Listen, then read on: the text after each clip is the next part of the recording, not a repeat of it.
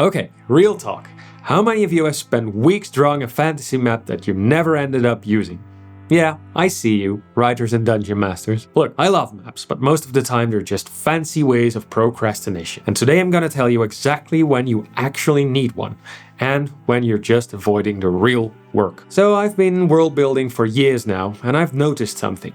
The best fantasy worlds, whether they're in novels or at the role-playing table, they don't always have maps. But when they do have them, there's always a good reason. Let me show you what I mean. Here's an uncomfortable truth. You probably don't need a map. Yet. I know, I love maps too, but hear me out. Tolkien made maps for Middle-earth, right? But why did he make them? Because the entire story is about a journey. Frodo has to walk from the Shire all the way to Mordor. The distance matters. Geography is literally the obstacle. Same thing at the role-playing table. If your party is doing a hex crawl or traveling across a continent, that map creates real decisions. Do we go through the mountains or around it? How many days of rations do we need? But on the other hand, Joe Abercrombie wrote the entire First Law trilogy without a map. He didn't need one. His stories were about characters, about violence and moral ambiguity. Geography was just background. He only made a map later because fans kept asking for one. And you know what? The books work perfectly fine without it. Think about a dungeon-focused campaign. Do you really need a continental map? No. You need a good dungeon map. But that's not the kind of map I'm talking about. So the real question isn't, should I make a map? It should be, does geography actually matter to my story or campaign? Okay, so when do you need one? I've got 3 situations for you. Number 1. Your story is literally a journey. If your characters are crossing deserts, climbing mountains, geography creates the tension. For writers, your readers need to feel how far they have to go, how exhausted they are, how dangerous the terrain is. Dungeon masters, your players need to make meaningful choices. Which route do we take? Do we risk the shortcut through the haunted forest? Or take the long way around? In Lord of the Rings, the map shows you just how impossibly far Frodo has to walk. The distance, that is the despair. It is the weight of the quest made visible on the map. At the table, it's the same thing. When your players see they're only halfway to their destination and they're already out of supplies, that's tension you probably couldn't really create without a map. Reason number 2. Politics and territory matter. If you've got kingdoms fighting over lands, trade routes, borders, you name it, you need to know where everything is. Otherwise, your wars make 0 sense. Game of Thrones is the perfect example.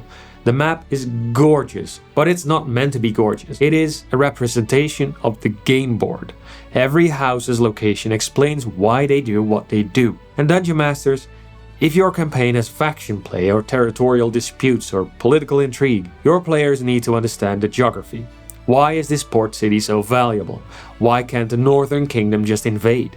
The map should answer those questions. Reason number 3 to have a map. You're a liar and you have a bad memory. Writers, if you wrote the mountains are to the east in chapter 2 and then west in chapter 7, yeah, you need a map. Dungeon Masters, same for you. If you told your players the capital is 3 days north, but the last session you said it was a week away, you break the illusion. The map isn't for your readers or your players, it's to keep your lies straight, because you're winging it. It's your cheat sheet so your world doesn't fall apart. But here is where everyone screws up. They make the map first. They spend 3 weeks perfecting coastlines, naming the rivers, figuring out climate zones, before they even know what their story or campaign is about. That's completely backwards. Your story should create the map, not the other way around, in my opinion. Writers, start with your plot. Where do your characters go? What locations matter? What conflicts need geography to make sense? Dungeon Master, start with your campaign concept. Is it a sandbox, a linear quest, political intrigue? What does this specific campaign need? And then you sketch the map. And I mean sketch. Ugly, rough, whatever. You can make it pretty later if you want, or hire someone on Fiverr. But don't let making a beautiful map become the reason you never actually start. Alright, so let's say you have decided you actually do need a map. Here's how you do it without wasting a month of your life. Step 1. Write down your key locations. Not every village, just the places that actually appear in your story or campaign. Step 2. Figure out how they relate to each other. How far apart are they? What's in between? Mountains, ocean, a coast, forest, whatever. And here's a DM tip.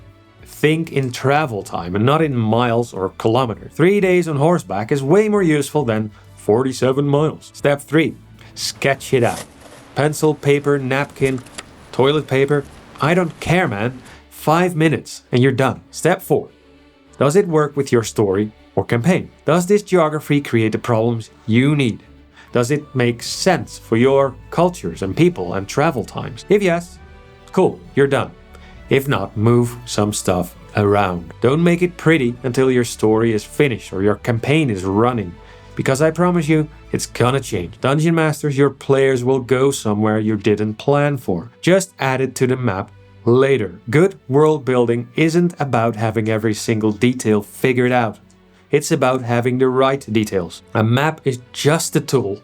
Sometimes you need it, sometimes you don't. The worlds that stick with readers and players are not the ones with the prettiest maps. They're the ones that feel real. It is where the geography is part of the story. So ask yourself, is this map helping my story or my game? Or is it just a pretty picture? And if you decide you do need a map because your world is full of political conflict, kingdoms at war, trade routes, territorial disputes, don't just draw borders. You need to build an engine of conflict. I explain exactly how to do that in this video right here. Click it and I'll see you there.